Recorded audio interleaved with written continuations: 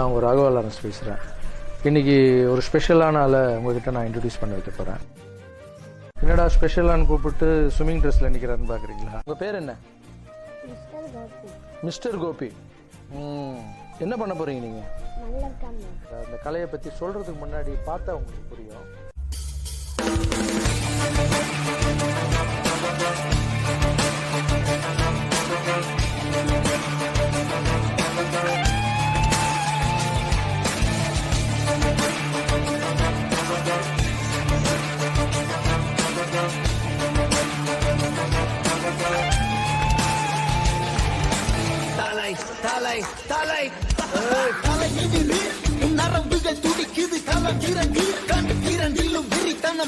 உங்களை நம்பி நாங்க இருக்கோம்.